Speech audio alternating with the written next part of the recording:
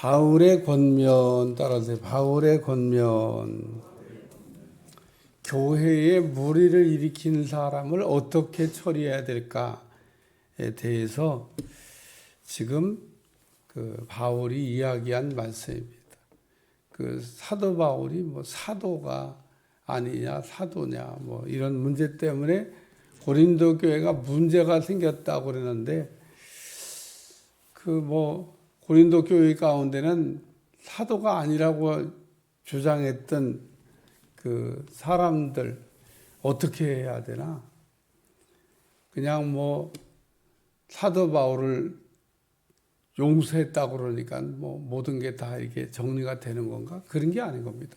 고린도 교회 안에 지금 이 문제를 어떻게 처리해야 되는지에 대한 논의가 있었던 것 같습니다. 아마도 중징계를 해야 된다. 그 중징계라고 하는 거는 출교입니다. 출교. 초대교회 때 가장 무서운 그 처벌 중에 하나인 출교. 교회에서 내쫓는 거예요. 오늘날은 뭐 교회에서 내쫓아도 뭐 이게 없으면 내가 뭐 갈 데가 없냐고 그러고 그 처벌을 뭐 무서워하지 않는 성향이 생겼습니다만. 그래서 처벌을 받아야 될 사람이 그냥 처벌을 안 무서워하는. 초대교회는 무서워했어요. 왜냐하면 출교시키면 그 공동체에서 쫓겨나는 것과 같기 때문에. 지금 출교해야 된다 이런 아마 그 강력하게 주장하는 사람들이 있어서 사도 바울이 그 문제에 대해 좀 답변을 준 말씀입니다. 바울이 출교해야 된다고 하는 이야기를 하는 사람들에게 그렇게 해야 된다고도 이야기하지 않았고 또 그렇다고 아예 징계 안 하는 게 좋다고도 얘기도 안 했고 징계는 하되 경징계를 하는 게 좋겠다 이렇게 지금 이야기한 겁니다. 하나님에 대한 우리가 이해를 좀 이 시간에 좀 할 필요가 있는데 하나님은 어떤 분이신가? 우리가 잘못하면 70번씩 뭐 7번이라도 용서하라든가 우리 하나님은 그냥 우리가 잘못해도 막 계속 용서해 주시는 분이야. 우리 하나님은 징계가 없어. 우리 하나님은 처벌 안 하셔. 이렇게 여러분이 만약에 하나님을 이해한다 그러면 하나님을 몰라도 한참 모르는 겁니다. 오늘 우리가 잘못한 사람에 대해서 만약에 처벌을 하지 않고 그냥 그 용서한다. 다음에 그런 문제가 또 생깁니다. 그러니까 처벌을 하되 처벌 수위를 어떻게 할 것이냐. 아마 고린도 교회는 중징계를 해야 된다. 출교시켜야 된다. 이런 주장하는 사람들에게 바울이 징계하지 말자 이렇게 얘기한 게 아니고 징계는 하되 경징계를 좀 하는 게 좋겠다. 그래서 징계 수위를 정하는 내용에 관한 말씀입니다. 그래서 근심한 자가 있었을지라도 나를 근심하게 한 것이 아니요 어느 정도 너희를 모두를 근심하게 한 것이 어느 정도라 하면 내가 너무 지나치게 말하지 아니하려 함이라. 바울이 아주 표현을 아주 완곡하게 했어요. 그러니까 이 근심이 나한테만 근심이 아니라는 겁니다. 나도 근심이었지만 고린도 교회 성도들에게도 근심이 되는 일이었다는 거예요. 교회 안에 어떤 문제가 일어나면 그 교회 안에 모든 사람들에게 영향을 끼친다는 겁니다. 누룩이 퍼지는 것처럼. 어떻게 해야 될까? 그래서 이런 사람을 많은 사람에게 벌 받는 게 마땅하다. 이렇게 얘기하면서 그런즉 너희는 차라리 그를 용서하고 위로할 것이니 그가 너무 많은 근심에 잠길까 두려워하노라. 그러므로 너희를 권하노니 사랑을 그들에게 나타내라. 그러면서 첫 번째 한 말씀은 용서하고 위로해야 되겠다.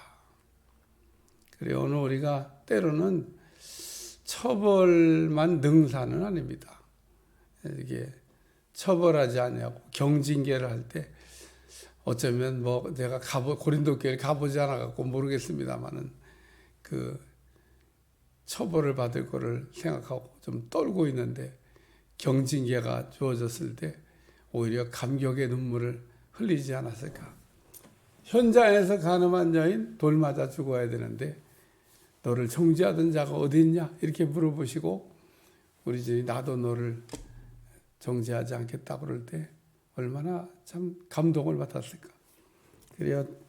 그렇기 때문에 처벌이 없는 용서는 방종하게 되지만은 때로는 그 처벌의 수위를 어떻게 할 것인가 우리가 고민해야 되는데 오늘 바울은 잘못한 건 사실인데 용서하고 위로하는 게 좋겠다. 그렇게 지금 고민한 겁니다. 이렇게 얘기하면 어떻게 고린도 교회들이 말 잘 듣죠? 예? 중징계 하지 말고 저기 용서하고 위로하는 게 좋겠다. 여기 9절의 말씀 한번 읽어보세요. 시작. 너희가 범사에 순종하는지 그 증거를 알고자 하여 내가 이것을 너에게 썼다. 왜 지금 이 말씀을 기록으로 남겨서 문서로 보냈냐? 범사에 순종하는지. 바울이 얘기해도 말 안 듣는 사람이 있었던 겁니다. 뭔 소리 하는 거냐? 나쁜 놈들을 그냥 중징계를 해야지. 출교해야 됩니다. 안 받고. 참 이 사람이 이렇게 중징계 하자. 또 뭐 경징계 하자는, 아니, 바울 선생이 경징계 하라잖아. 조금만 이렇게 책망하고, 그렇게 그냥 하라잖아. 아니야. 중징계 해야 돼. 경징계 하라잖아. 두 사람이 분명히 고린도 교회 안에서 그러니까 바울이 이렇게 사랑하고 용서하고 위로하라. 네, 우리 그렇게 할게. 아멘. 그랬으면 바울이 지금 이렇게 써놨을 리가 없습니다.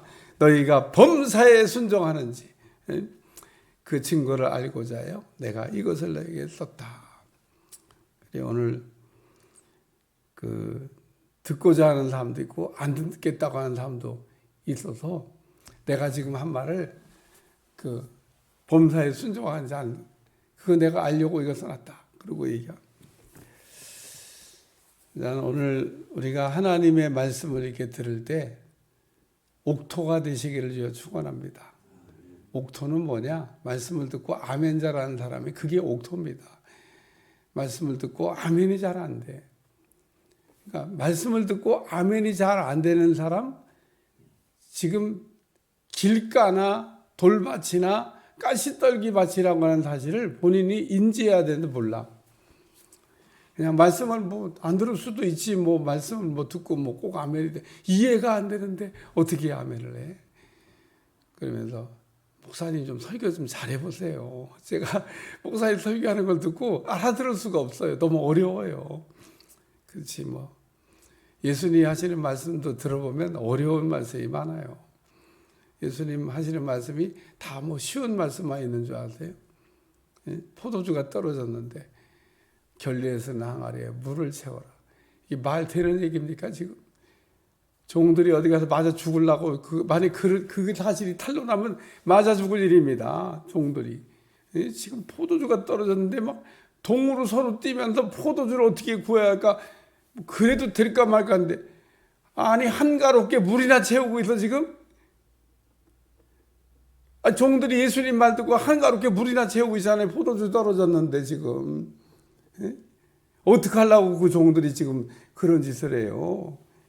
만약에 주인이 알았다. 너도 뭐 하는 거냐? 예수님이 물 채우라고 물 채우고 있는데.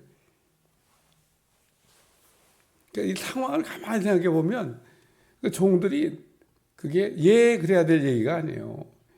말이 안 되는 얘기잖아요. 포도주 떨어졌는데 항아리에다 물 채우라니. 말이 됩니까? 주인이 알았다 그러면 어떻게 되려고? 연회장이 알았다 그러면 어떻게 하려고?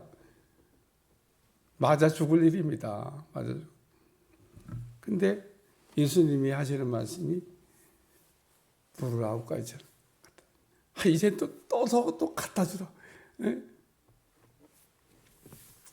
오늘 새벽에 제가 이렇게 설교에 쓰다가 그걸 이렇게 옮겨 적다가 참 그래요. 말씀을 우리가 들으면 아멘 잘하시기를 주여 축원합니다. 그게 옥토입니다. 옥토. 내가 옥토인지 옥토가 아닌지 그거 분간도 잘 못해요. 뭐 이해가 돼야 뭐 아멘을 하지 뭐 이해가 안 되는데 어떻게. 사도 바울 얘기를 듣고 중징계하자고 하는 사람은 이해가 안 된다고. 응? 이해가 안 된다고. 아니 이렇게 잘못한 사람을 뭔 경징계를 하냐고. 교회를 막 들었다 놨는데. 응? 세 번째는 사탄에게 속지 말라. 사탄은요 꼭 우리를 속일 때 하는 일이 있습니다. 하나님의 뜻인 것처럼 정의를 실현하자고 하는 것처럼 우리를 이렇게 속입니다. 그러니까 마귀가 우리를 속일 때 쓰는 말 중에 하나가 뭐냐면 평화라고 하는 말을 엄청 좋아합니다. 평화에는 근처도 안 가는 것들이 맨날 평화를 얘기해요. 진짜 평화를 얘기하는 게 아닌데 마귀가 아주 입버릇처럼 하는 네파도리가 평화를 위해서. 자, 마귀가 하는 네파토리가 평화입니다. 평화자를 잘 쓰는 사람들을 잘 생각해 봐야 돼. 진짜 평화를 얘기하는 거. 진짜 평화를 얘기하면 그건 우리 하나님이시죠. 하나님은 진짜 평화를 위해서 자기 몸을 희생하셨는데 마귀도 평화를 얘기해요. 마귀도 입으로는 다 좋은 얘기를 해요. 지금 이 중징계를 하자고 하는 사람들이 뭘 위해서? 교회를 위해서. 이 누룩을 제거해. 이 교회가 교회되고 이 교회가 온전해지자. 저렇게 교회를 한 사람들 그냥 놔두면 안 된다고. 하나님의 뜻이라고. 막 이랬을 거 아니에요.